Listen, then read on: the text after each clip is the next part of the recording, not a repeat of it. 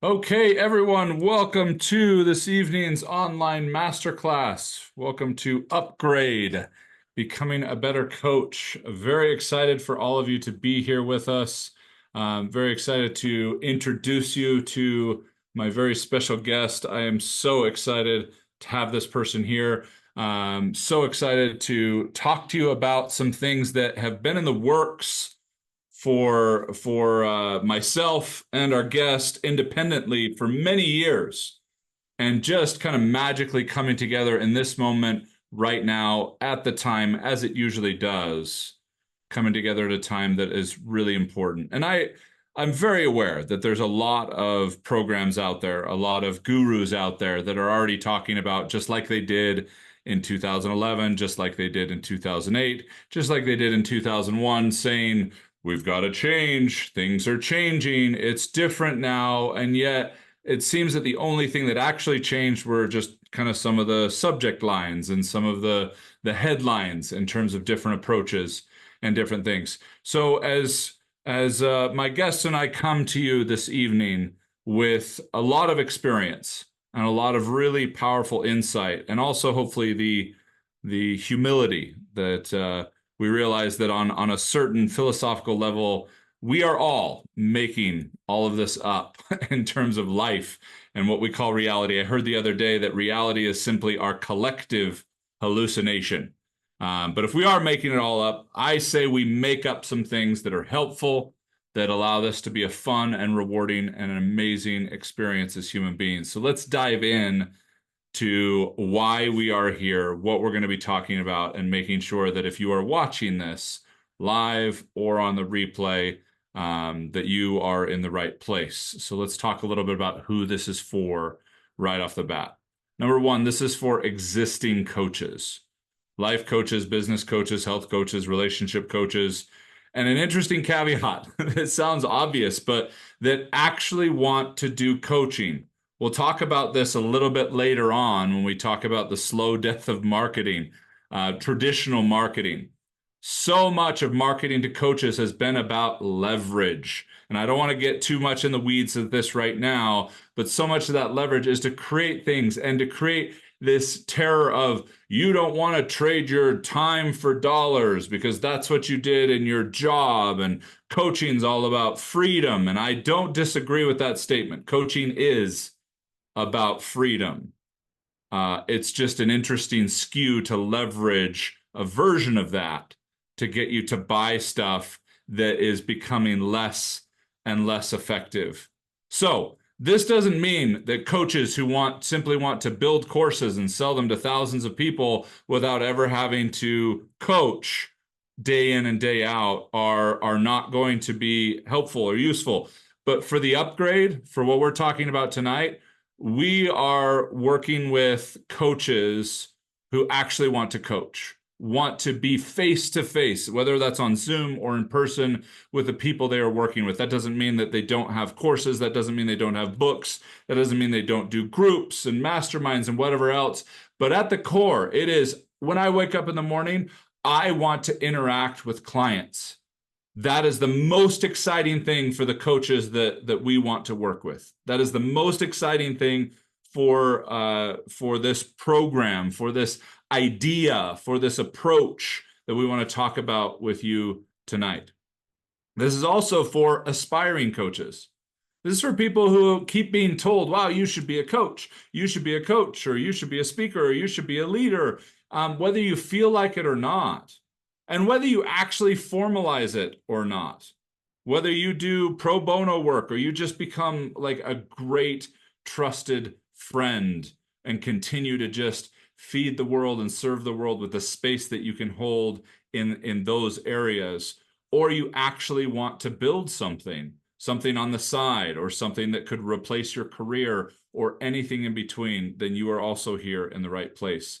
And finally, this is for leaders, change agents, and not in terms of like some cute club. I mean psychological, physiological, neurological change agents, ones who understand culture, socioeconomic conditions. You don't have to be an expert in these places. Neurology, affective neurology, psychological archetypes, some of the things, just a few of them we'll touch on tonight, not to drown you in academia, not to drown you in clinical evidence-based perspective, but for you to be able to understand the scope of the human being you really want to make an impact on. Both the existential subjectivity and the clinical objectivity, and understanding the dance of these two things, not as a burden of knowledge you need to carry, but as a support, as a guide to your natural gifts. A big part of the upgrade, this movement that we're talking about tonight, is not a certification. It's not a curriculum that you follow. There is nothing wrong with that. But there are thousands of incredible coaches drowning in certifications right now and not in getting in front of clients and making the impact that we feel is incredibly important for the world today for a lot of actual objective reasons that we'll talk about. So for leaders, change agents, aspiring coaches, and existing coaches, welcome. We're honored to be able to share some thoughts, some ideas with you that we feel have some significance, and take them as you will. We appreciate your time above all else. So let's talk about how we're going to use it.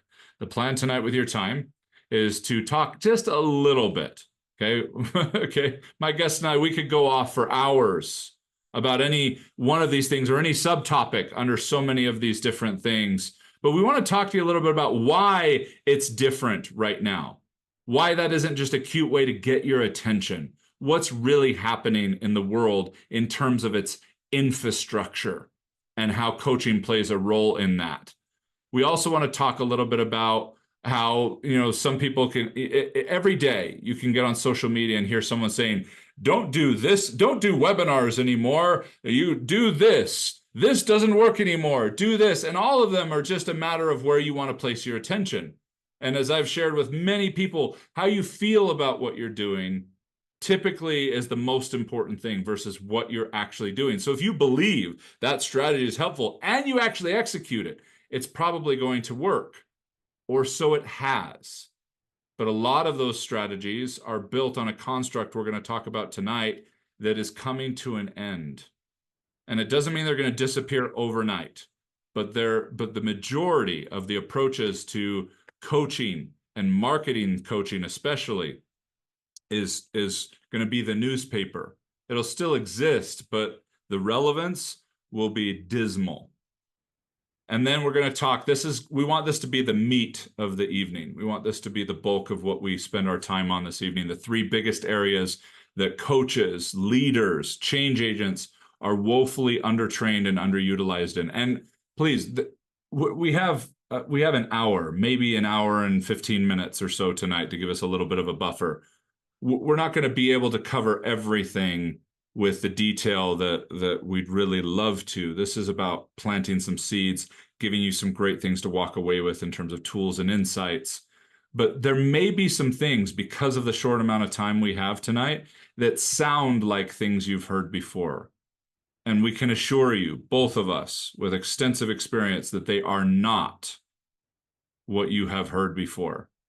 Or at least there is more to it. There's different context, different nuance that is critical to the first two areas we're going to be talking about tonight. If we've got time, we'll talk about the slow death of traditional marketing based on these previous elements, because that often is one of the biggest Achilles heels. In fact, I've seen ads from, if I said his name out loud, you know exactly who I was talking about. Big figure in coaching, really about the neurological mapping of the brain, but is admittedly a marketer. At the end of the day, very knowledgeable in different things around the brain and manifestation, different things, but is admittedly a marketer. Even campaigns to say the reason that coaches that aren't as good as you are more successful than you is because they're better at marketing than you. That is changing, and we'll show you why. You're going to need to be relatively good at marketing. But the 500-year trend that's coming to an end is no longer going to play into the hands of being a great marketer and an okay coach and being able to be successful. Let alone being successful is going to look different moving forward in a lot of ways. But we want to lay all of that out for you tonight. And then we want to talk with you about what to start doing now. So we've got a lot to get to. Let's dive in. And of course, we'll hang around for a little bit afterwards for any Q&A that you've got. And I will do my best to keep an eye on the chat as well as we're going through if anyone has any questions as we go along. And if anything, we may just come back to those when we get to the Q&A section of the evening. All right, excellent. So introductions. For those of you who don't know, my name is Paul Blanchard. I want to keep this as brief as possible so we can get to the stuff that I think is most yummy, most juicy, most helpful to you, things you can actually take away from this evening and use. But as far as the traditional objective of credibility at the beginning of a presentation like this, I am the owner of Whole Body Mindset. I worked as a partner with my father in a company called Habit Finder and the Augmentino Group for quite some time. I've worked with Jack Welch before he passed, building one of the top MBA programs in the world. I've worked in real estate, sales, consulting, technology, all kinds of different areas and industries. I've been in coaching and consulting in some way, shape, or form for the better part of the last 2 decades. One of the things that I want to put out there, not because it matters to be able to do this, but just for some credibility for the people who might say that what we have to share tonight is ignorant, especially on the marketing and the trend of the world kind of things, is that I am one of only a handful, and I've been in this industry for a long time, one of a handful that I know of, coaches who have built a 7-figure coaching business actually coaching. Not a 7-figure coaching business selling courses and books and all these other things. No, the majority, well over 95% of the revenue of that 7-figure company that I built, coaching business that I built, was actually delivered as live coaching, groups and trainings and one-on-ones. I spent Monday through Thursday coaching 8 to 10 hours a day, and then typically 3 to 4 hours on Friday for years. Now, I'm not saying you have to have that kind of schedule to be able to create a very successful life, to be taken care of financially. Me and my guests aren't here to tell you to like totally minimalize and just go, live on a self-sustaining farm for peanuts and then coach a couple of people for, $20 a pop. No, there's financial realities, and we're very much for the abundance and everything else. But I just want you to know, I've been there, I've done it, and I'm still doing it. This is my career. This is what I do full time. This is how I support my family. And one of my favorite absolute things in the 20 years that I've been doing this is to be able to mentor other coaches, which I've done formally, I've done informally, I've done in certifications and coaching programs and training programs that are phenomenal. And I would argue some of the greatest in the world. And I believe that if you want that, great, awesome. You don't have to have that for coaching, for what's coming, for any of you that have been wondering. And really excited to be able to be working with all of you, talking with all of you tonight about what's going to be different. And that's not to say that if you have done those things, that was a waste. No, quite the contrary. Just saying to the aspiring coaches that if you're looking at these big ticket items of this marketing system and this certification and all these things, the typical new coach on average will spend $50,000 to $100,000 in their first couple of years. And more often than not, in my experience, will maybe get a client. And it was somebody they knew and were hoping to be able to walk through kind of as a guinea pig. That can't happen anymore, because we should no longer have marketing be what stops great coaches who can really get in there with human beings to make an impact, be able to get in there. And fortunately, we don't just need to, have a revolt for that. The world is coming to us. The world, the economy, everything is coming to those who want to be with the people, not just create some successful business. And on that note, without further ado, being very patient with his nodding and affirmations of what I've been sharing, I can't wait to unleash my special guest for this evening, who has become an extraordinary colleague of mine, a dear friend. This is Justin Morin. Justin is a licensed psychotherapist, a clinical director. The reason we're here is because we share a trailblazing quality. And if I can say, Justin, before for others that are on here, especially the aspiring coaches, we also share some pretty debilitating insecurities. We find the opportunity to blaze trails as a calling, but also walk through the terror of who am I? What if I'm a fraud? What if I don't know what I'm doing? What if I'm a fraud? And walking through that, which actually brings what we teach people that much more to life in our lives and our bodies to be able to share that. So you have been coaching, you have been working with neurodivergent children and doing revolutionary things with them, even if I could say outside the clinical scope, still ethical and everything, like all of that. But you also have finding more and more fire for reaching outside of the clinical sphere. And we're going to get to all of these things. But Justin, please come on board, share a little bit about why you're here, who you are, and why it matters to the people that are watching. Oh, thank you, Paul. Honestly, the introduction means the world to me. And just hearing you talk about even how we share insecurities, I got goosebumps thinking about that, because that is where the real meaning of our connection in life is sharing some of those great times as well as some of those most insecure times. And some of the we're going to talk about today, why that's important and what the connection means, one for our self, but also for our clients and for our neurology and for our society as a whole.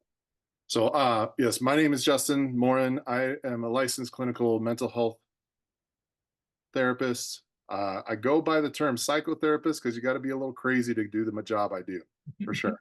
But I believe the realm that the dancing in the realm of psychology and other psyche is a definite gift that I have been given, but also it's a pleasure when clients trust me in that area, because it is a very vulnerable space that we get to. And part of what I am so passionate about right now, and I'm joining you, Paul, and many of these coaches and aspiring coaches here, is because understanding the realm of our psyche and a realm of our development and the many multiple facets that create us and our clients is going to be important to understand, because sometimes in coaching we dance into that area and we need to know what we're dancing with.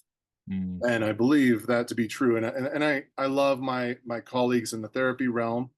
Well, also I find that therapy has been lacking in many fields of connection.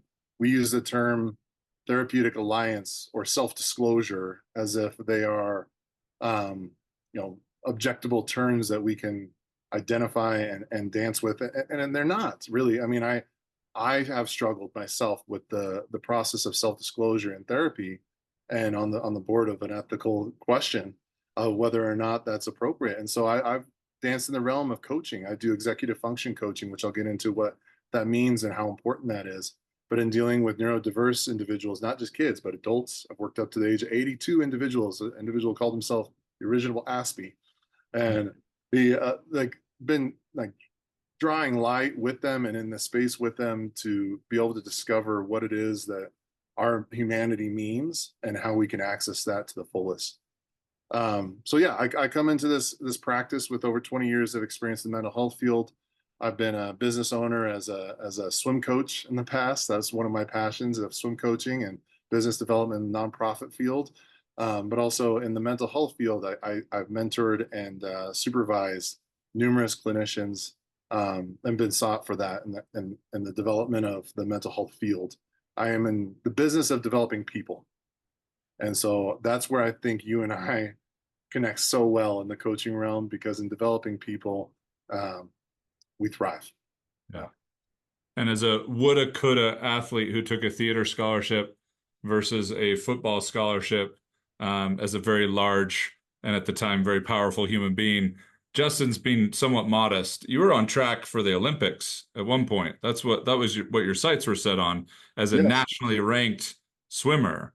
And Yeah, so it was. understanding the brain in competition, the brain in discipline, and the way that's been thwarted and made so violent in business today, I think is also something really important that is going to be changing a lot in how we coach. Oh, definitely. And that was something of the influence that I still continue to have as consulting some coaches and their swim teams, to be able to foster athletes in the most efficacious way without the negative connotation of competition that Mm, comes with it of I have to be better than somebody else. No, I am good myself and I can be confident in my abilities. Like those that dynamic change we're going to talk about a lot today. But that competition mindset is something that I believe needs to change in the world of athletics. And we see that.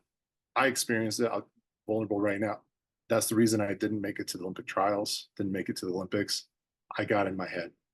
I mm. started to have that critical voice that started to evaluate everything I was doing. And so in that process, in my process of therapy, some people say you get into therapy to therapize yourself, but coaching to coach ourselves, whatever it is, like you learn that Mhm. there were a lot of elements in that space. And I have so much more self-compassion for myself than I did 20 years ago. But now in this space, I'm excited to share my journey and the many things that I've learned with our participants today. Yeah, so much of the progression of humanity has been finding the most identification, the most leverage, the most strategy with what we have available to us at the time. And for a long time, competition was the best we had available to draw out that level of performance in another human being, but it's not anymore. Not that we need to do away with competition, but I mean that competitive, I gotta win. You're either first or you're last. That is still, even with the softer society, we could say, in certain arenas, is still so much in that infrastructure. But as an example of other things we're going to talk about tonight, we know more now. The environment of our human experience is different now. And and we're going to talk a little bit about how it's so hard for us to move into the next piece. It's so hard for us to change because what's so beautiful about us being reliable is unbelievably frustrating and at times devastating when we actually want to transform, when we actually want to improve, which in nature has never stopped. In society, we seem to have this underbelly of improvements in technology, underbelly of improvements in science and understanding and consciousness and all these other things. But we've got also like this social weight and it's creating this vice that is squishing us in more ways than one. So if it's okay with you, Justin, I'm going to shift into a little bit of what's going on in the world right now as far as why coaches are such an important part of what we're doing. Can I share real quick one thought is Please. that you guys watching the Olympics coming up in the next couple months, notice the change of the storyline to be more about the person than the athlete. The storylines are changing. They started changing the last Olympics with some awareness around mental health and wellness, but it's changing. Those highlights. That's my prediction. This coming Olympic coverage wise, they're going to be focusing on the people more Yeah. than competition and the athlete of them. Mhm. Great point. Great point.